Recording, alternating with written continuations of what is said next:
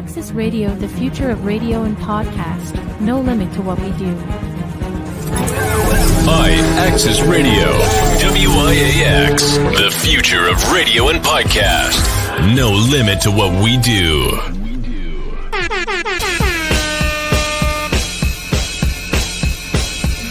Male celebrity vocal coach right here, and I am a part of Give It Life. And ratchet, and real extra ratchet, raunchy. That'll be everywhere, like. Yes.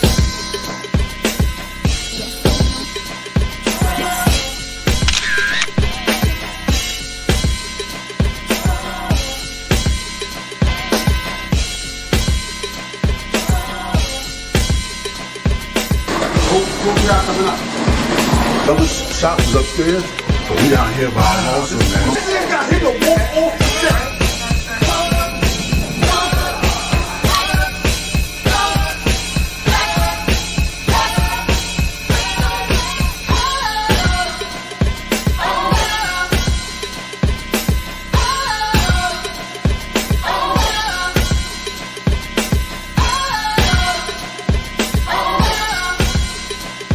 We leave that up to Rito.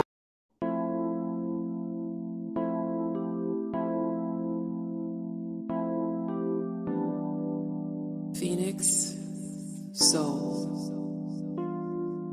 clarity and connection through conversation. Phoenix, soul,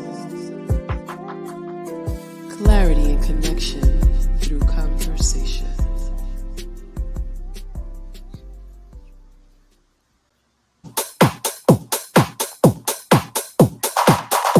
Hey! Yes.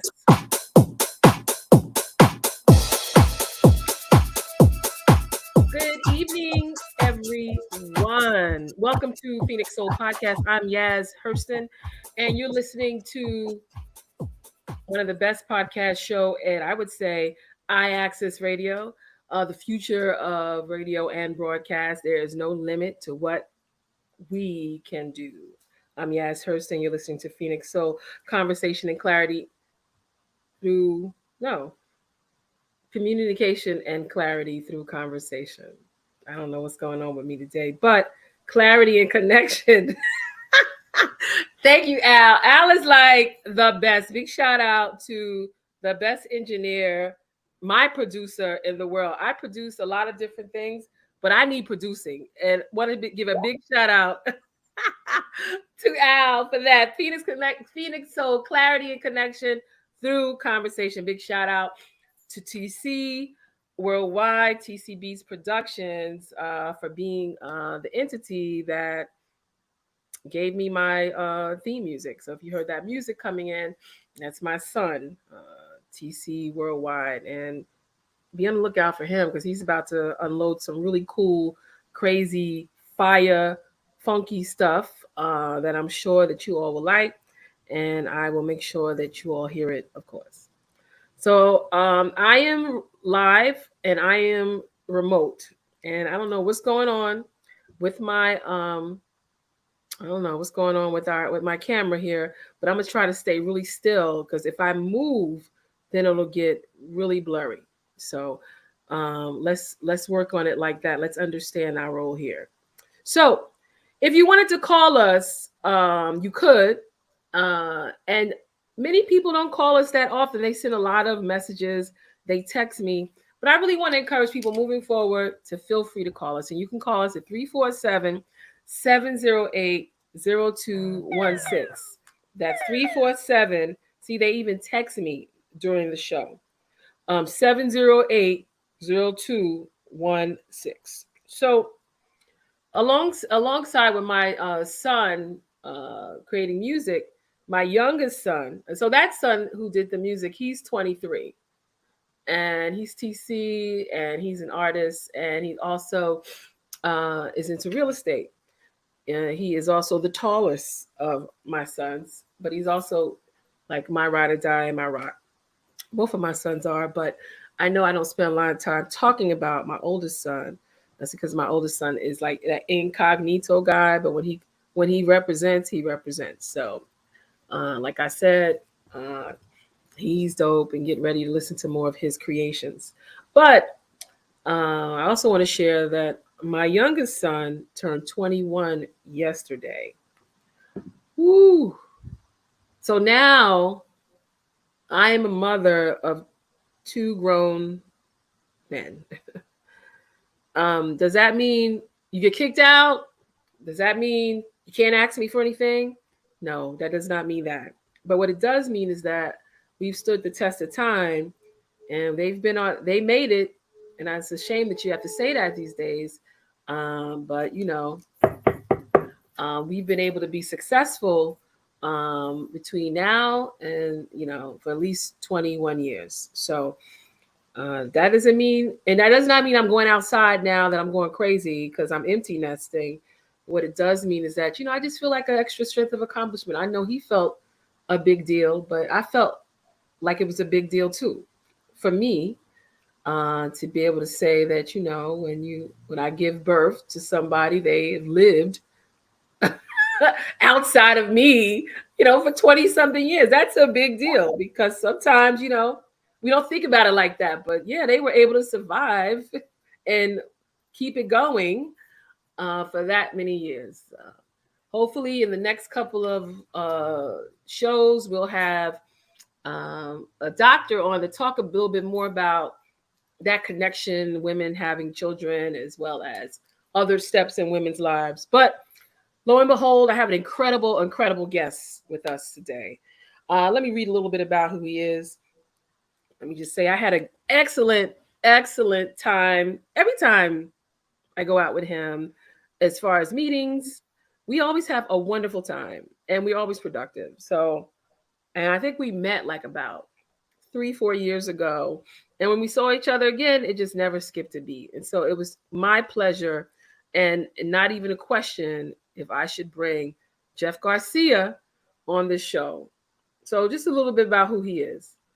Jeff Garcia is an accomplished entrepreneur with various business interests in New York City. He is the owner of Mon Amour Coffee and Wine in Kingsbridge and one in Yonkers, New York. Formerly co-owned Waiza Pizza. I'm sure you're going to correct me, Jeff, when you get on. A Washington Heights artisanal pizza shop. He is also the former owner of financial services company and associated hubs, which provide remittances and other services to the immigrant community. Jeffrey is currently the president of the New York State Latino Restaurant Bar and Lounge Association, helping the association get up and running, focused on bringing equity, equality, and inclusion to the industry. Jeffrey guided his membership through the unique challenges of the COVID-19 pandemic and continues to fight for his members. COVID provided Jeffrey and his partners a chance to provide fresh cooked meals to thousands of seniors through a partnership with the New York City Department of Aging, DFTA, and then with the Department of Sanitation under the Get Food program. Jeffrey sits on various advisory councils and commissions. He was appointed by Governor Hochul to the ABC Law Reform Commission. We're going to learn more about that. He was also named to the New York City Mayor's Small Business Advisory Commission. He is also part of the Small Business Services, SBS, Cannabis New York City Advisory Council. And wow, that's a cool council. And was an ambassador for the New York State Governor's COVID-19 Neighborhood Outreach Program. Mr. Garcia is the co-founder of the Latino Cannabis Association and served as its first president.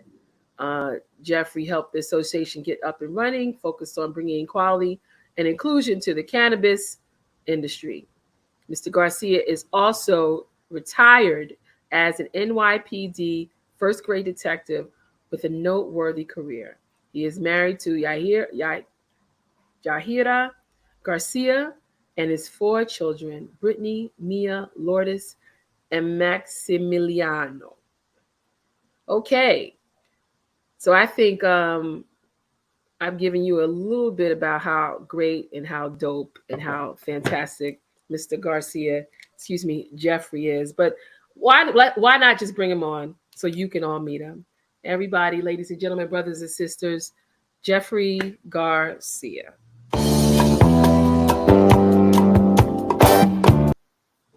You like Earth, Wind, and Fire? I like Earth, Wind, and Fire. I know you do. I figure you do. You and I went over all these different songs that we liked. And there was that one song at right. You really like that? You really like it? Yes. I downloaded it as soon as you told me. I just can't remember the name. I know it was Bet You Wouldn't Hurt Me. Yes. By Quincy Jones / Patty Austin. The album was The Dude. Yes. You really like that? Yes, I'll show you. I downloaded it.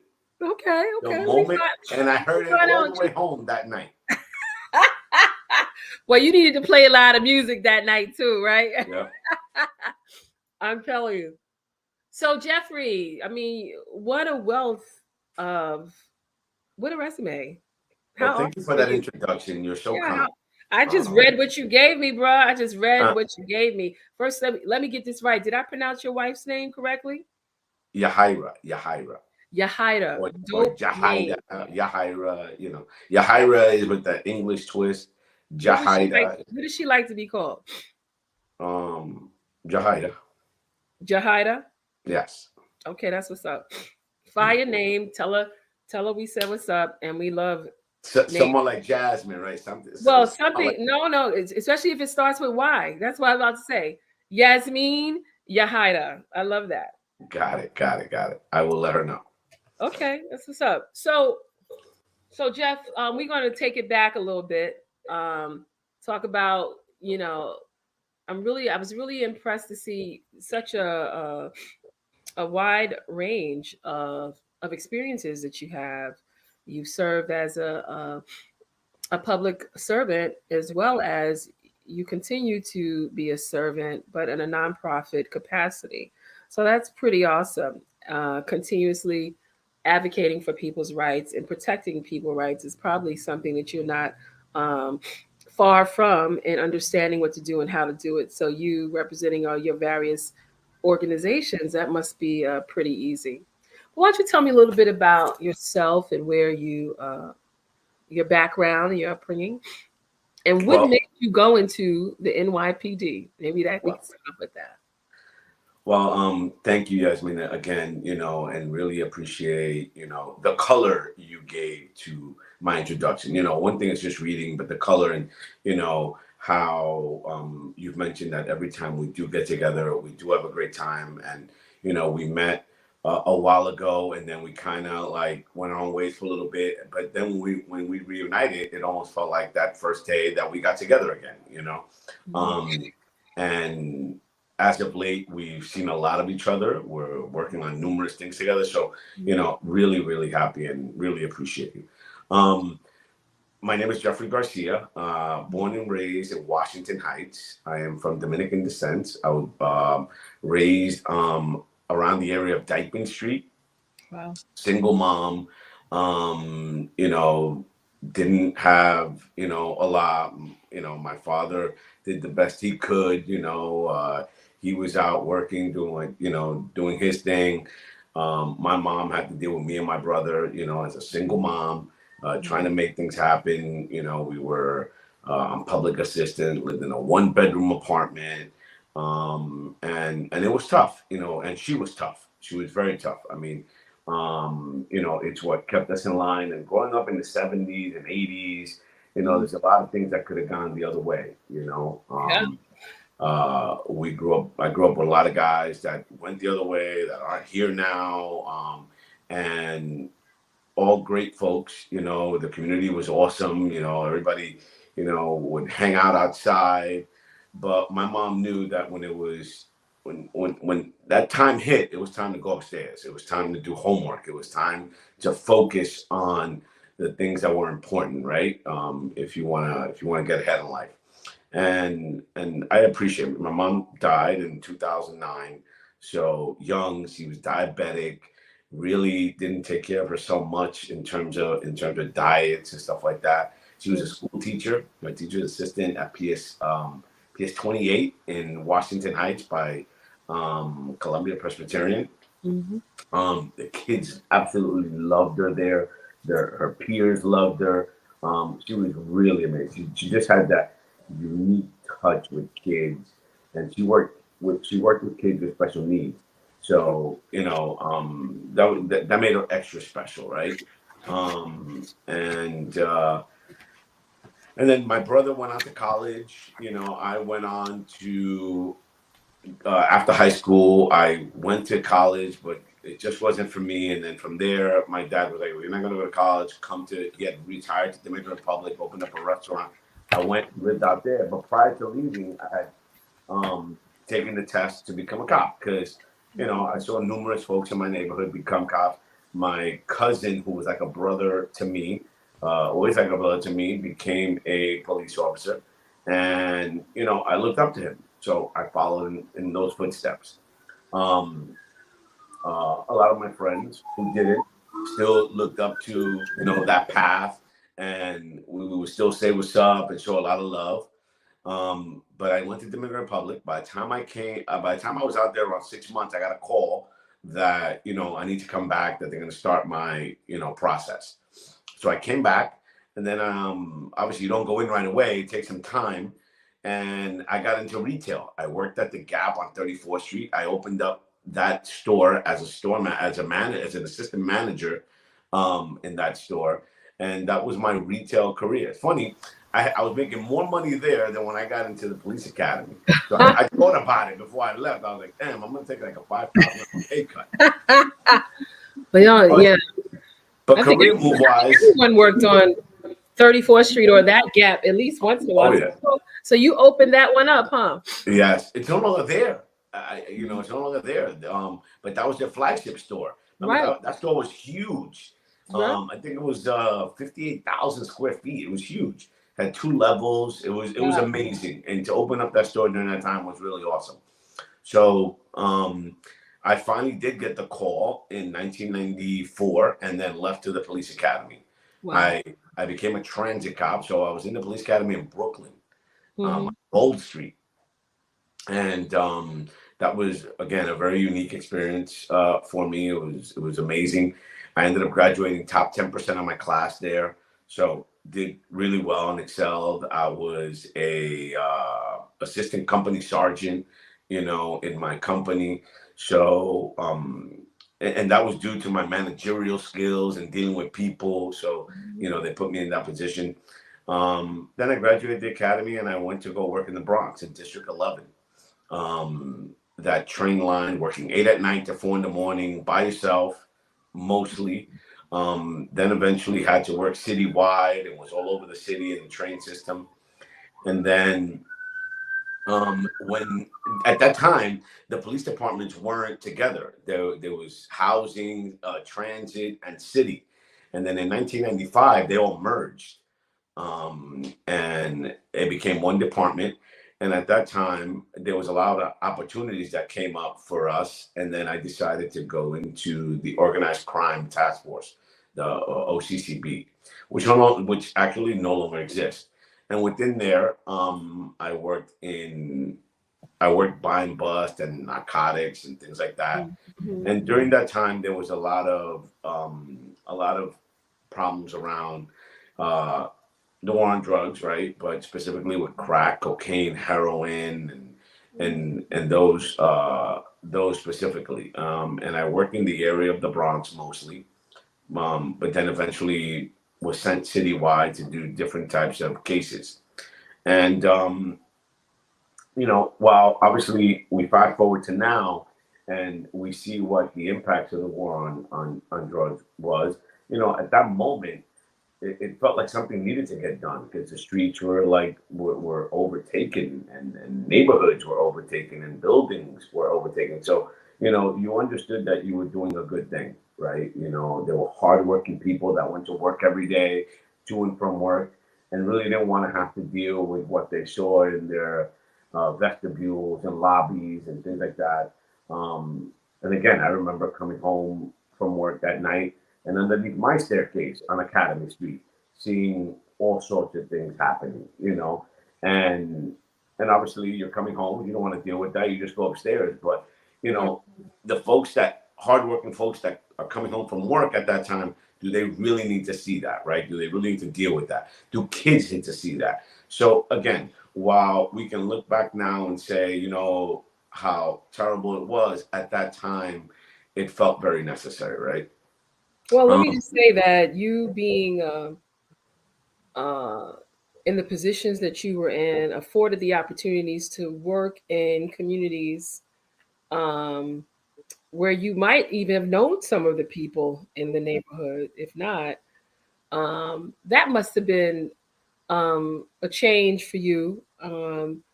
I don't know what it's like being a police officer, Latino or Black. Um, I don't know what that's like. I would imagine it's mixed. Talk to me a little bit about you making that decision, and then how how you were treated, or you how your experience was, right? Being in NYPD. Well, within the Share. Latino community, and especially within our Dominican community, police officers are looked up to. Latinos and Dominicans are and I know sometimes you think, okay, really, but especially the older folks are very about law and order, and like safety and law and order, and and again, while nobody likes abuse, nobody likes to see police officers abusing anyone or doing anything incorrectly, they do like law and order. Yeah, So the acceptance for me was great in my community, even from friends that were on the other side doing other things. There was sure. that mutual respect. Yeah, Remember, my mom still lived in that neighborhood. A lot right. of the cats that I grew up with, like, would see her and show her a lot of love and take care of her for me. Mhm. Make sure that she had a parking spot when she came home with her car. If she had groceries, they would help her upstairs. Mhm. So there was a mutual respect, and many of them. Um, One of the guys from my block, who, him and his brother now, they passed away, Mm. um, due to the trade. Um, I tried to help. I tried to tell them, listen, there's another way forward here. You can do something else. You know, uh, what else would you like to do? So that's the type of relationship I had with many of the guys, and Mhm. some of those guys now form part of the Latino Cannabis Association. Okay. Because there was that respect there. There was that. Jeff is one of the good guys. You know what I mean? Yeah, he went that route. Yeah, he's doing this, but he's one of the good guys. So I always felt very comfortable in doing what I do. And then within the police department, I was also a very I would like to always say I was fair. I had to do my job, right, and I Mhm. had to do it. But I always looked at things, understanding people's situations.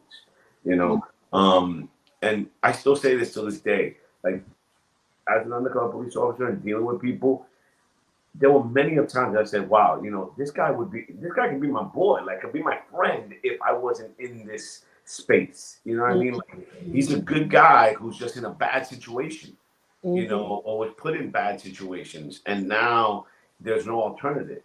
And until this day, I believe that is true, and my life and my brother's life could have gone that way very easily.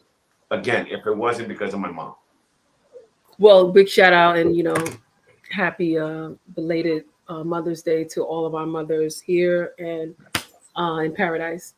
So you kind of knew a little bit about retail. You knew about the business of restaurants, and you knew various communities. What got you involved into the restaurant business? Well, the restaurant business also comes. My family is a very entrepreneurial family. Sure. Not only here in New York, but in Dominican Republic.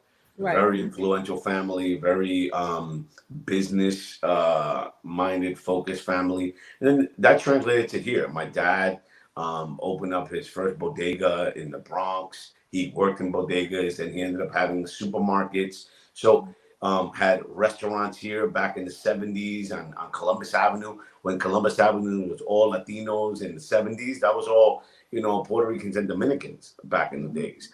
Definitely not what it is now. And they had restaurants. My aunt and him had restaurants in that area. Excuse me. So a lot of entrepreneurial spirit, in my background. So upon retiring from the police department, I know that's something I've always wanted to do.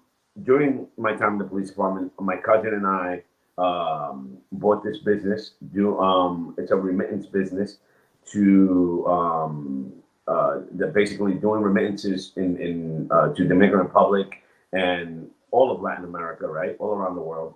But basically, majority to the Dominican Republic. That was our base, and most of our stores were in primarily Dominican neighborhoods. And it was obviously serving these communities in getting money back home, right, to their families. You see that a lot in immigrant communities where they send money back home, to take care of their kids, their extended families. So we opened up that business and we lasted with it about 18 years. And then during COVID, things went really bad and we closed all our stores. And still maintain a presence in Dominican Republic on the payee side, the ones that actually pay the remittances that go from here to Dominican Republic. So, but that entrepreneurial spirit led me into the restaurant industry right after I retired. Because again, something I've always wanted to do. I had a space in Kingsbridge that I've had since 2006. That was one of our remittance stores. And a buddy of mine, one of my high school friends who I've known for 30 plus years, was like, dude, why don't we open up like a little wine bar there? Or a burger shop. The area was up and coming. We kind of saw the vision. And during that process, him and his partner at the time were like, you know what? That sounds great, but we've been going around like Brooklyn and other areas. Why don't we do coffee during the day? Because obviously, we pay rent all day long. Let's do coffee in the morning. That can probably get all our expenses paid. And then anything we do at night is extra. And that's exactly what we did. And that's what led to the concept Mon Amour Coffee and Wine, right? It's a Parisian style cafe, very beautiful in the Bronx, that is now run by my wife, Jahira. And she pretty much takes care of the day-to-day there. And that then led me into the Restaurant Association. A gentleman from Queens and a lady from Queens, Elvis and Adelia. I met them through other networks, and we sat down, and that's how this all got started, the Latino Restaurant Association. And we'd all bonded around one particular issue at the time, and it was hookah. Around 2016, where there was a hookah bill that was being introduced to make hookah illegal in restaurant, bar, and lounges. And we didn't think it was going to pass. right? We thought that, yeah, okay, it was a bill, but we don't think this will pass. But it eventually did. And then that created a really big problem and a really big gap in that industry, in the restaurant industry, because a lot of these restaurants depended on that, right? You go to many restaurants, whether it's in Harlem, and I remember speaking to this young lady that owned Harlem Hookah, an amazing young woman, and her business depended on that, like wholeheartedly.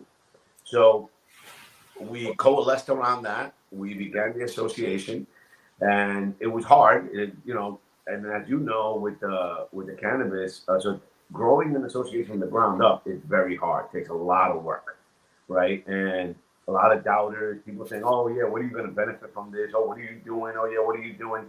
So there was a lot of naysayers, but we kept grinding. I think we stopped operations around 2017, 2018, around there, because we just weren't getting the footing. But then somebody called me back up, Jeff, we got to start this back up. We got to do this again, because we're just getting screwed right and left from many areas. And that's exactly what happened. We sat back down around 2018, mid 2019, around there. And then obviously it was perfect timing, because that led us right into the pandemic as we were getting our feet off the ground again. And then the pandemic happened. And Right. it's more of a need than ever now Right. for restaurants, especially in our communities, to have a voice. So in your need to organize and to probably make sure the voice that there's a voice for the restaurant that you work with. In addition, I'm sure there's some cost savings analysis that was done after a while. Why the need? And you best explain this. Why the need to have a Latino based restaurant, lounge, or bar association, as opposed to just regular? Well, because there were those other regular ones existed, but they weren't for us. There was a National Restaurant Association. There was another New York State Restaurant Association. And even at that time, I think the New York City Hospitality Alliance already existed. But a lot of these associations, we really didn't know about. They weren't for us. It doesn't mean that if we approached them that we probably wouldn't be able to get in. That's not what I'm saying. But they weren't geared towards us. They weren't doing any outreach in our neighborhoods, So we understood that we needed to do outreach for our people, right? And there's so many restaurants. And restaurant workers are majority Latinos, right? So we understood that we had to have a voice, and that as we grew, we needed someone that can look out for our interests. There was also another thing that caused a lot of issues around restaurants and nightlife. It was the police department. The police department started coming down a lot of nightlife establishments, whether it was in Washington Heights or in Brooklyn. At that point, it didn't matter if you were a black-owned nightlife establishment or Latino.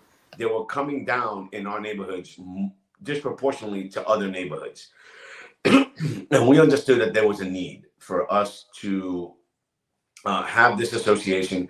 There were a lot of these march operations going on around the city, which is where the police with SLA and Department of Health, the fire department would just come in, turn on your lights in the middle of the night, in the middle of your peak hours, and be like, okay, we're doing an inspection. Now, they're going to say that it had to do specifically because of bad behavior, 911 calls, 311 calls. And in some establishments, listen, maybe it was needed, but that wasn't the overwhelming feeling, right? It felt like it was something that was being done to disproportionately impact a lot of these businesses. So we coalesced around that too. And then given my experience with the police department, I was able to navigate that. And again, am I sympathetic to the police department in certain instances? Yes. But I also understand, again, that there are cops that are just a little overzealous, that, just want to be too much out there. And are not willing to listen and understand the neighborhoods they work in.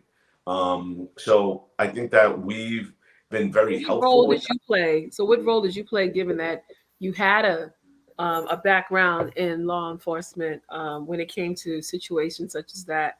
How do you see your role benefited the overall process situation? Well, I used the fact that I had an excellent career, right? I was well respected within the ranks. I knew a lot of people in the higher ranks, going all the way up to the police commissioner, but knew people along the ranks, and I was able to call people and ask them to listen and understand a particular restaurant or nightlife or something. Okay, what's going on there? How can we mitigate issues? So that I understand, so that you don't have issues. Because listen, the last thing these precinct commanders want is problems in their precinct, right? Because they have to deal with the community and the community boards and all these other things. And I understand that. And again, that's why I think I look at both sides and say, wait a minute, how can we both work together here to fix this? And I think that that's where I came in, or I still come in very helpful here. And is being able to understand the nightlife establishment and what their needs are, while understanding what the police department needs are, and how do we work together. Oh, wow. So fast forward, because we now involved in a situation where something for so long had been deemed illegal by government, law enforcement agencies, so forth. You got involved and was interested in this plant, and that was on you. But along with you getting involved, you found a need also to form another coalition. Tell me a little bit about your introduction to cannabis. Well, my introduction to cannabis comes since I was a kid, right? And growing up on Dykeman, on Academy and Post. It was known as, weed capital of New York City, of the world. I mean, I remember seeing cars from Massachusetts, Connecticut, New Jersey, Delaware, like from all over the place, going through my block to pick up, weed. Again, fast forward to now, my brother was a big consumer of weed.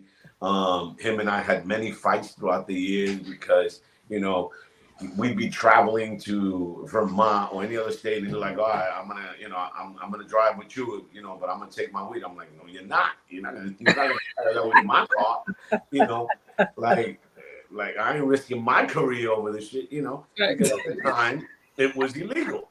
Right. No, right. And getting stopped is not good.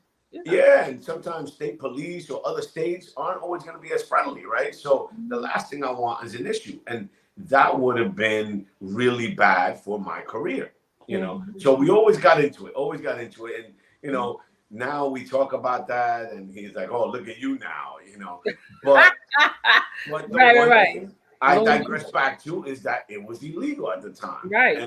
And I couldn't control the legality or illegality of it, right?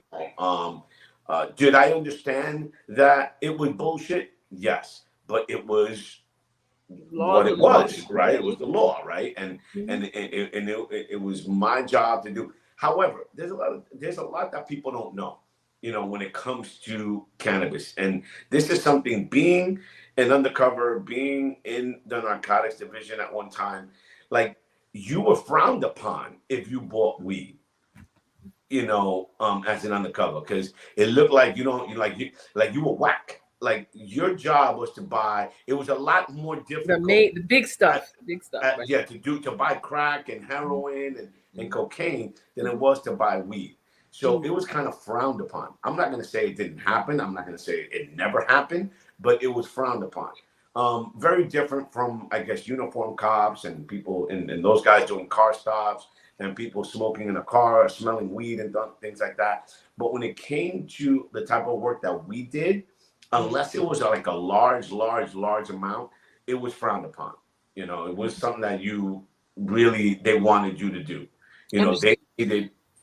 And it was because the big difference was those were misdemeanor arrests, and the crack cocaine and heroin buys were felonies, right? Mm-hmm. So, and it was about getting these guys off the street.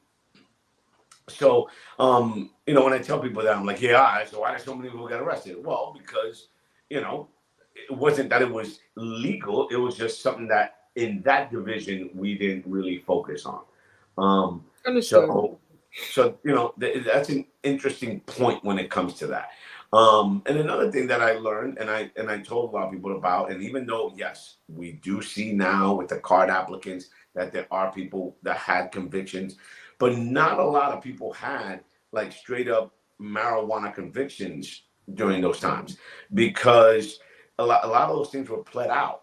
Whether it was ACD, whether it was to trespass or a lesser charge, and obviously that's why they had to make those changes when they did it, and when they did the card program, because if not, they probably wouldn't have found Anybody. even 100 people Right. do a weed conviction, Right. especially here in New York.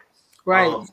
So when you were introduced, or you made the full circle, I guess, to this, did you start an organization? Did you start a company? It was a 501c4 Did you nonprofit. start but did you start a for-profit first? Did you have any interest? No. The everything that we did with the LCA was coming from a nonprofit. And then involving a lot of the same business owners that were in the Latino Restaurant Association. Because as I started talking about at one time, these were folks that at one time were impacted by the war on drugs, directly or indirectly, right? And I didn't know this, right? Some of them I know about, but I didn't know this. So I went to the folks and said, listen, cannabis is now legal. You can qualify for these licenses based on your impacted story. And this was before card came out and all that. That's right. And understanding the MRTA, we understood that having business experience was going to be a big part of this. That's right. So we put those two together, business experience, people that were impacted. Why don't we start forming an association and looking to see how you guys could get into the legal market, right? And that's how the whole association. How were you received when you were spreading that message? Initially, I didn't get a lot of drawback. But then as we started growing, as we started coming out more, as I started using a lot of my resources that I had from the Restaurant Association, yes, things got very difficult. Obviously, former law enforcement, not understanding my whole story, where I came from, that led to a situation with an activist group that not funny enough now, because you know what? I think that we've developed a mutual respect, and I'm still learning. I get on calls with them frequently, once or twice a week. Prior to coming on the show, I was on a call with them. Okay. But there's a young lady, Pilar from Harlem, which I think know. I know Pilar. Who came after me strong. And you know what? I can't blame her. At the end of the day, hindsight now, I can't blame her. I understand where she's coming from, and I understand how that can look. So, I've learned a lot from her. I have a lot of respect for her and the work that she's done to get cannabis and the legislation to where it is, her and others. There were numerous folks from the Washington Heights area, right, along with Pilar, that I had conversations with. And I've continued to run into issues and continue to, have to tell people what I'm doing, who I am. And that eventually led me having to step down as president from the association, even though I co-founded it. But I also understood that that's not what I want the association to be looked at. It should be looked at as an association that came out, with folks, because there were folks that were really impacted. We have members that did 5, 6, 7 years in jail, federal time for cannabis, that are part of our group, that I don't want them to be overshadowed because I was a former law enforcement. Their stories need to be heard. Their stories need to be heard.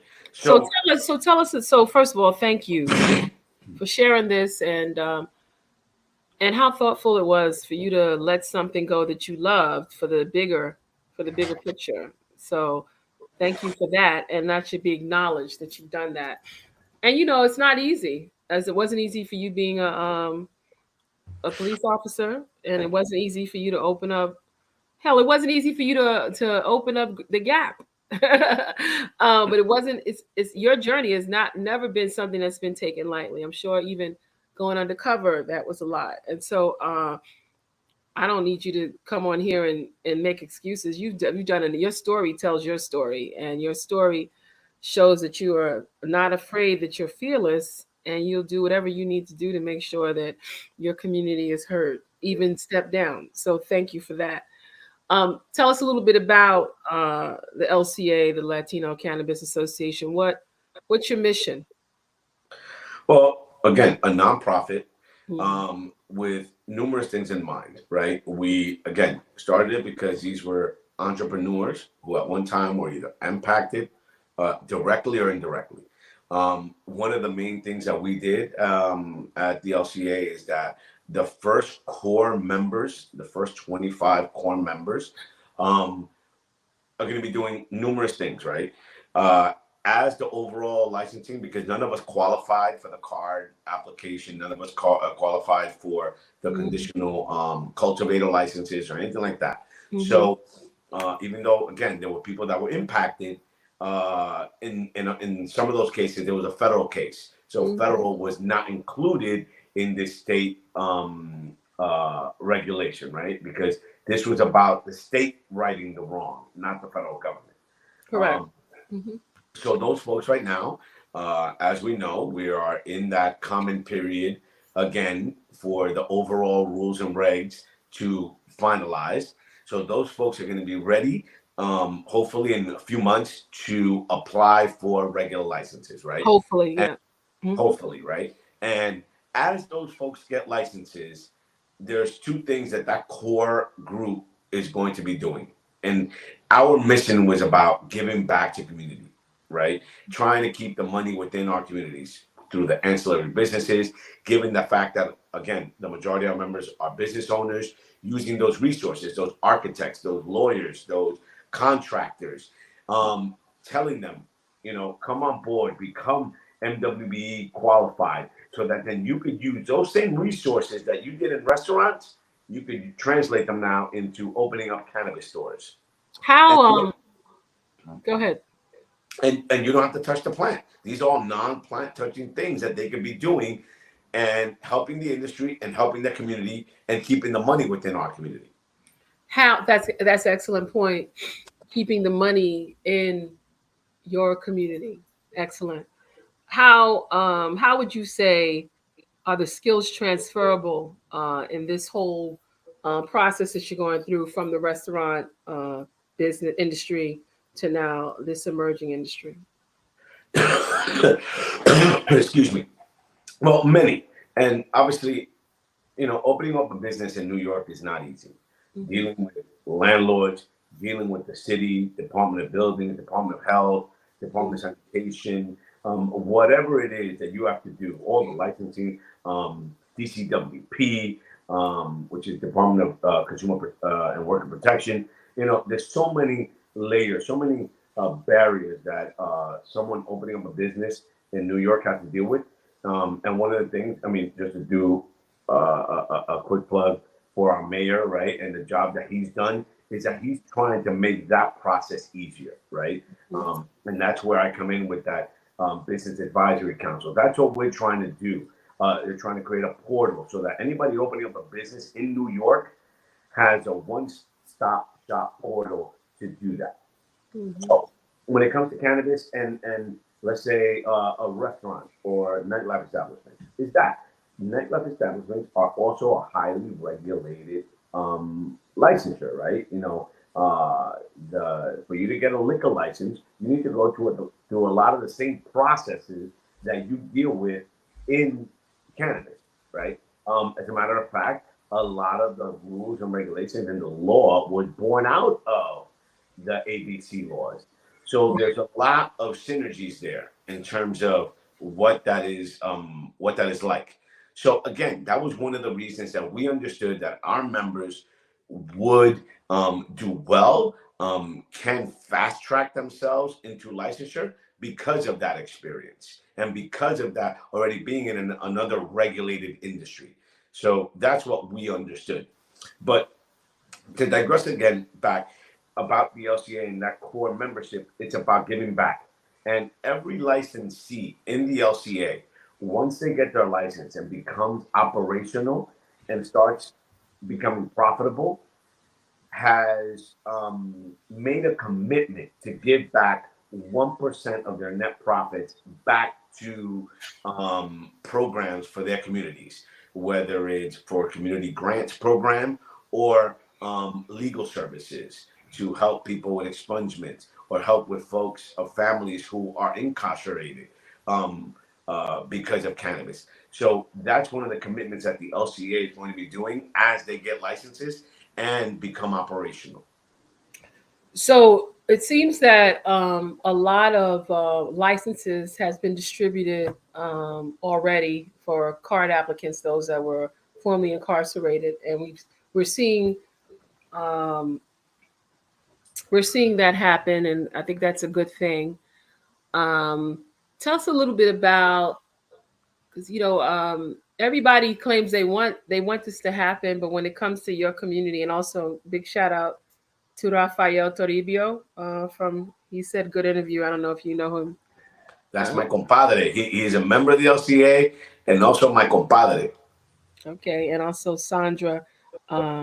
Sandra's our vice president. Not only Quiz. Sandra, the vice president of the Latino Cannabis Association, she's also vice president of the Latino Restaurant Bar and Lodge Association. Okay, and, so you all. And a successful entrepreneur from Washington Heights, grew up on Post Avenue. Female entrepreneur, has had a restaurant for over 20 years on Dykeman when nobody wanted to be on Dykeman 20 years ago. Her and a group of folks that are there now that have been there decided to put their money where their mouth is and open up. Well, if Sandra's still on there, just make sure she puts the restaurant or the website. Il Soleil Restaurant. All right, she should put it in. Two of the restaurants that are on Dykeman there are members of ours. The Mama Sushi, Mama Juana group. Wow. Are licensee members that are going to be going for a license. And Il Soleil, Sandra Jacques. Okay. So, Good job. Yes. Good job on that. So I guess the question was, I know for a fact when I had to share that this was coming in the Black community, it was somewhat met with apprehension. Apprehension is a good word. And I think your community, the Latino community, is worse. The same or worse. Yeah. I think it's a little worse. So tell me a little bit about your experiences, because it's not even about you being a law enforcement agent. It's just people realizing this is really happening. So tell me about that. Absolutely. And I think that, and probably the same in the Black community, is the older folks, and that's why education is so important. Conservatism is yes. And still that 60-year-old grandmother does not understand that the guy selling in the street is legal now. Like, that's cool. 70-year-old grandmother or 70, and then that a dispensary is going to open up legally right down the block from them. No, it's very hard for them to grasp that. But why we need to do a better job there, not just the community, but the elected officials, is because those are the folks who vote. And at the end of the day, those are the folks who have the power with the elected officials, is the ones who vote. And I think that that's why we need to educate them, and/or also we need to educate the young folks to go out and vote as well. because that's the only way to create change, right? And especially in this industry So where tell it's me a little going bit to about, right. So just tell me a little bit about like why or where you found apprehension and maybe you made a breakthrough. well, and being out there Mhm. on in Telemundo, in Univision, a lot of that older Latino community They has watch seen me that speak show. out on this. Remember, and then a lot of them know me from the restaurants. So now Right. they're hearing me talk about cannabis, and I think this is the word I use often. You have to have trusted messengers to put this message out, right? I believe I am. I believe that I've spoken to many of these folks on a Mhm. one-on-one basis. We did one community event up in Washington Heights. We're looking to do more, right? But I think that that's what needs to happen is that we need to communicate. Trusted messengers need to come out and say, you know what? This is what legal cannabis will look like. It's Mhm. not going to be what you've seen all your life. It's not going to be that under the staircase, in your building, hiding. Mhm. That's not what we want. This is how it's going to look like. It's actually going to be better. It'll, uh, now kids won't have access to it the way they did, 20 years ago because you have to be 21 and older. I think they need to know this. They need to understand this. You and uh, I think we both characterized. We were at an event a couple of evenings ago, and we were talking to somebody who had felt like, wow, like, is this real? And I think we both kind of said it is real, but the term that we've all been hearing, and I think we all have used, is it's like building the airplane while it's flying, Yes. right? Yes. Um, Talk to us a little bit about what that means and how that has impacted your relationships with the applicants as well as in government. Well, building the plane as we fly means just that because everybody's doing that. Government is doing that because even though it's been around for some time, right? From Colorado to California, nobody has done it like New York. Nobody has tried to do it as well as New York is trying to do it. Nobody has done it with social equity in mind the way New York has done it. So that's been difficult. It's been challenging, right? Because in other states they just opened up and people just and it's a free for all, right? And we all see how successful, unsuccessful that's been, right? Because again, the people that were most harmed aren't the ones benefiting from this. And that's what we're trying to make sure happens here, right? Is that the people that were most harmed benefit from this. And are we getting it all right? No. Is there work to be done? Yes. I was on a call earlier. We believe, I know you just had him on. We believe wholeheartedly in Chris Alexander, the executive director. He is a hardworking man. He really has his heart in the right place and wants this to do well. I know in every conversations I've had with the chairwoman, right? She as well. And I just think that, again, the OCM as a whole just needs to come out more, talk more about what they're doing, be more transparent, talk to the community, have trusted messengers out there talking to the community. Another person I think is doing an amazing job, and she's amazing in her own right, is our own cannabis czar here in the city, right? The founding director, Sheila Dawson, an amazing and knowledgeable person in the industry.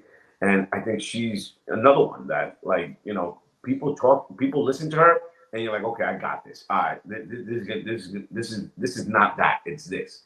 So I think that that's what we need more of. Just more trusted messengers out there to help continue building this plane. Um, recently there were a few more applicants that's come out. There's also growers that have been grandfathered, and now there's an opportunity for I guess for more applicants to come out. But the main question that people are asking, Jeff, and maybe you have the answer to this, is where's the money? Where is the money? If Like, I had the answer to that, I'd have a lot more money. you have a lot more money? Okay.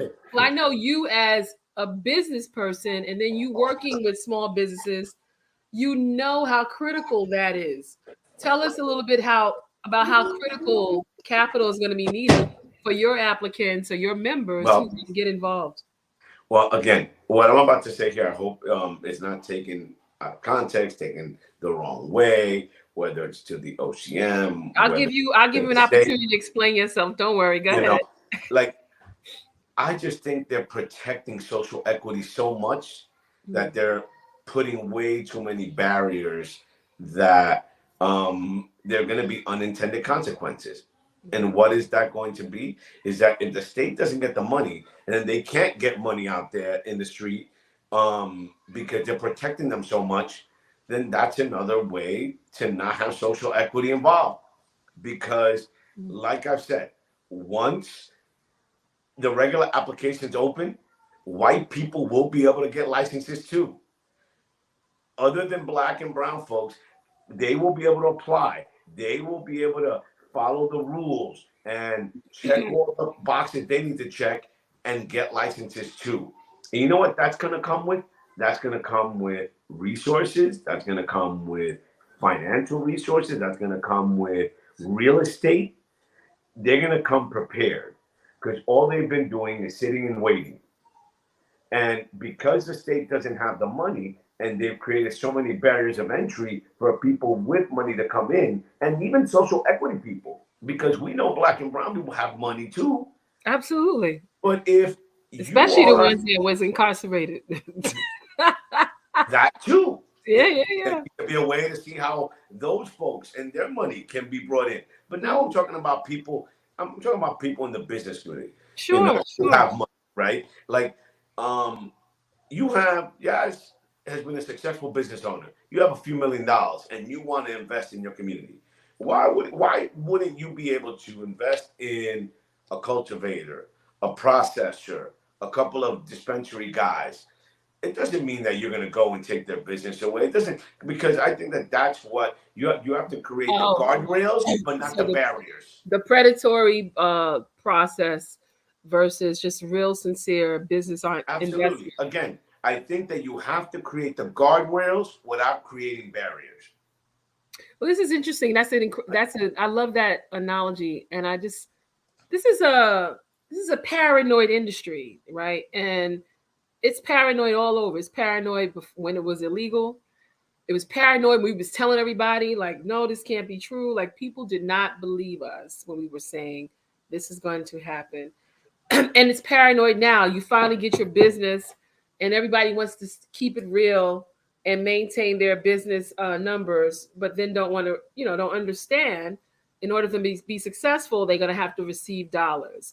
So that the trust factor is just real. I'm sure that the LCA has been playing a role in how to address this trust. Why don't you tell us a little bit about that? Well, we definitely understand that there are people with money out there that want to come into the market. How do we bring them into the market, right? In a way that they don't seem predatory, but they're protecting their money, right? And how do we get them in and get them diversified as well? Mm-hmm. And that's another barrier of entry, right? That, again, do I understand that the two-tier system is the best way to do this? Yes. But just because you invest in multiple licenses doesn't mean you're going to impact what those licenses are doing. And I think that that's what I'm trying to say. Like, you can create the guardrails, but don't make it a barrier. Make it okay that you have that you have that investor. Well, you clearly delineate what that investor can and cannot do. And unless it's clearly delineated what that investor is and isn't, then he would not or will be able to invest. And that's what I'm saying. That's where you create the guardrails without creating the barriers. And I think that that's what we need to start looking at and allowing some more money to get freed up in this industry. Because if not, the ones that are going to be hurt the most are social equity applicants. Because once you open up that overall licensure pathway, everybody will be able to apply. Everybody. And people with the most resources, with the least issues, will be the ones to first go to market. And that's what we need to be, is first to market. Obviously, we see now that the ROs are going to be able to get into the market a lot sooner than originally anticipated. Why? Because it seems like the state has to do things to generate this money now.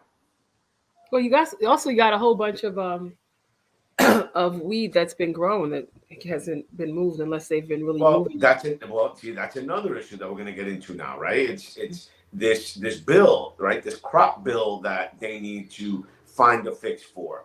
That's another thing. Like and a group of advocates that we're talking, people, Canna Bronx, Pilar, and other folks. We understand that while they need to help out those farmers, right, who they told to go out there and grow weed because you're going to have a place to sell it, and they don't have a place to sell it, yes, we need to find a solution for them. Whether it's giving them money to turn it into distillate, right, and then that can be turned into alternative forms of THC, whether it's gummies, vapes, or whatever, yes, we agree with that. But we don't agree that those folks should be allowed to sell that now. That there should be a mechanism or process in place where that product then gets to those conditional card applicants, right? Let them sell it, whether it's through pop-up shops, listen, I'm one that, you know what? They start giving them these products. Many of our restaurant owners would probably let them use their restaurants as pop-up shops on their less busy days to go and set up shop. You know, there's another industry that said that I've spoken to a few that said that they will give up their locations. People that do taxes. Obviously, they close their businesses after April 15th, but pay rent all year round. Seasonal. They'll let them use those spaces, right, to do pop-up shops and be able to sell those products. So now you have the growers getting their product out, the card applicants getting this product, and now starting to generate revenue. And you know what the state should do instead of giving out free money? How about lowering the taxes for these for that group, right? Lowering the tax so they can be able to sell it faster, right? Still collect some tax, but you don't have to give out money, whether through grants or free money. You're letting people work and generate money. So different ways I think that they can work this out than just giving people money or, as many people say, bailing out white people or these white growers. I don't necessarily want to look at it that way. I looked at it like there was some Black and Latino growers too. I mean, that's how. But they're very few. You're talking about four. I think four. Maybe about 4 or Black 5 farmers, and only one Latino farmer that we met. You know, so the overwhelming majority are not Black and brown folks. And now they were able to find some money to bail them out. But you have card applicants still waiting. You know, there's only been 8 stores opened up in the state. So, you know, that's the concern, is that, okay, how did you find this money for them, but not for us? Did you have you visited any of the farms or any of the dispensaries yet that's been open? I visited numerous dispensaries. I've visited various farms and Hempworth farms in just upstate New York, and others. And you know, it's amazing, you know, the work that they have done to get their product ready for these stores. Now, listen, I'm not a heavy consumer like many, or into the culture like many, so I wouldn't be the best to tell you how good or bad. No. I was just wondering if you've gone to them. The question that I was going to ask you from that, and that's good that you visited them. A lot of advocates don't know who they're advocating for, so that's good, right? customer service seems to really be important here. I've been to a few, and I've noticed that the customer service part of it is real and very, very, very, very, very good.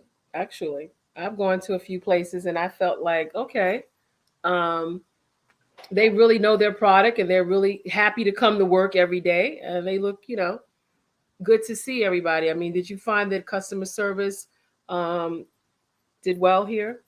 At the stores or in the farm or both? Either. I mean, I was Yeah. really going to say Well, the I'm gonna tell you right stores. now, the farm that I went to, Gail and her team up there, I thought were amazing. Very nice people. Really amazing work. And remember, these farmers weren't obviously they just weren't cannabis farmers. They just started Yeah, doing they're cannabis. farmers. Yeah, They yeah. were farmers. Like they Right. were like these folks were doing tomatoes and many Mhm. other things that they were taking down to farmers markets. Sure. I know that she had a deal with Whole Foods and other supermarkets for their heirloom tomatoes. So this is what they did. This is what they do. They just didn't get into farming yesterday because of cannabis. Um, so and then they transitioned into cannabis, via hemp, right? So, but they were amazing people. And then in terms of the stores that I visited, very knowledgeable, very knowledgeable. Great presence, make you feel comfortable going in there to buy. Now, I visited probably more stores outside New York City, obviously because of the limitations on stores here. Like I visited stores in Boston, California, Tulsa, Oklahoma. I visited stores in um, Portland, in upstate, in the Oregon. Northeast. Yeah, Oregon. So, and again, love the experience of going to these stores. I think that people, the industry will really benefit from having great stores, and they're beautiful, beautiful.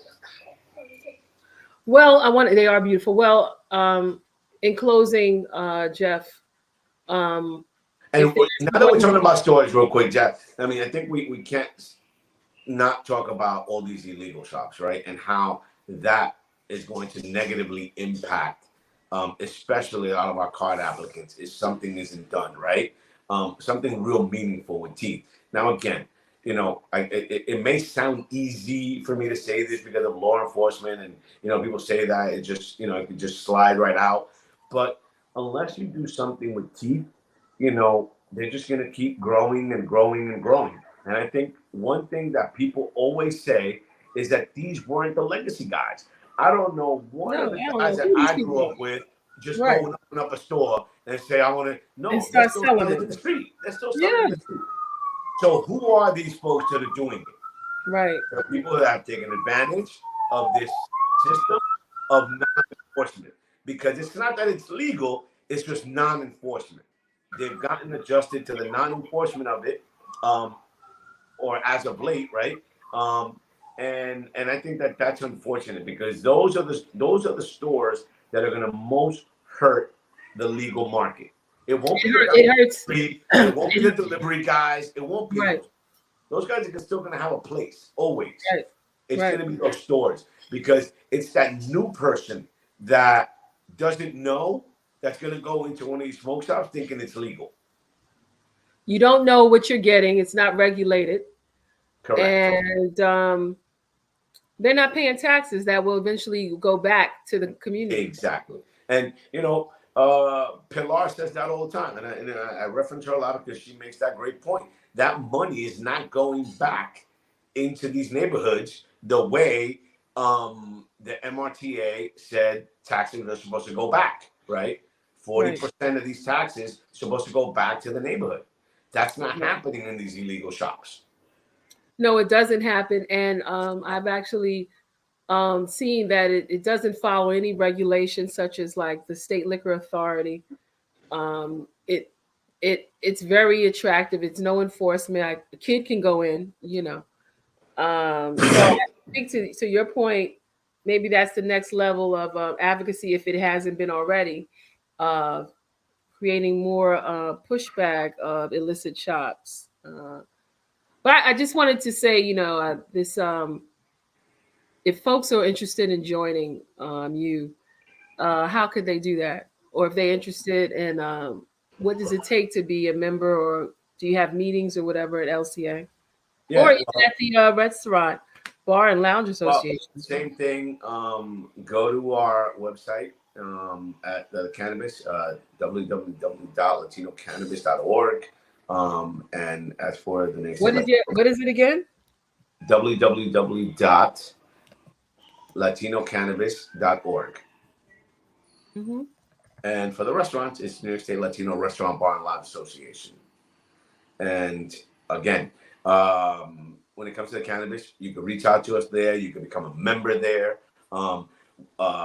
We have weekly meetings, which actually we had weekly meetings for the last 2 years, like Zoom calls. Then we have mixers. Recently, because we're in that common period, we've switched it up to every 2 weeks. But then the board meets weekly to kind of, talk about things that are going on, talk about events. Tomorrow there's an event in Albany, Dominicans in Albany tomorrow. There are numerous events that were going on around the city. So we try and keep our members engaged, even though there was a lot. I mean, there was a lot going on, but there wasn't a lot going on over the last 2 years, right? Right. There was a lot of hurry up and wait. And I think that got a lot of members anxious and like, right. Okay, like what's going on? But we had to re-engage them now again. Like say, listen, yes, you can't sleep on, you can't, just sit on your laurels now. You have to get ready because in a few months, it's going to be a firestorm. And you want to be one of the first applicants to go in, and we're trying to, implore on them the importance of that. So again, this is a lot of the same work that we do in the restaurant association. We're dealing with a lot of bills right now. We're dealing with containerized carting in the city. We're dealing with minimum wage. We're dealing with the outdoor dining that was just approved in New York City. So we're going to see how New York City's landscape is going to change from the sidewalk cafes and the open restaurants program. So a lot going on in both of these industries that we have a lot of work cut out for us. Is that your children in the background? Oh, yeah. Mia, come over here. This is Mia. Lulu. That's Mia Lulu. Mia just turned 9. Look at Okay. her. Come over here, Mia. Come on. Come on. Come on. That's Mia. Hi. Say hi. Beautiful. Say Hi, hola. beautiful. Hola. Hola. And Lourdes. Come over here, Lulu. Come over here. And then this is Lulu. Hi, hey. Lulu. Lulu just turned 7 and Mia turned 9. Wow. Yeah. And then Maximiliano is running around somewhere over there. Wow. He's a little boy. He's a little boy of the house. Or the little man. Little man? Yes. He's the boss? Yeah. He's the boss. Understood. I understand that. Wow. Well, Jeff, I want you to go back, enjoy your family. Thank you for coming on Phoenix Soul Podcast. It's been my pleasure. Thank you. It was my pleasure. I look forward to working more with you, but more importantly, just keep doing what you're doing. You're doing such a great job. We're extremely proud of you. And looking forward to hearing more and better things about you. Thank you. Appreciate that. And we'll see each other soon. Absolutely. Ciao, everybody. Jeff Garcia. Thank you. Okay. Yes. Thank you so much. So if you just tuned in, we had an incredible guest. We plan on doing our rebroadcast at 10:30. Great show as always. But got to keep pushing the fight. There's a lot of people that are here, as you see, people that are still pushing the fight for the voiceless. And being a voice for the voiceless is critical. It's important, especially in today's times. With that being said, I want you to enjoy this rest of this week, and I'll see you next week. This is Hurston.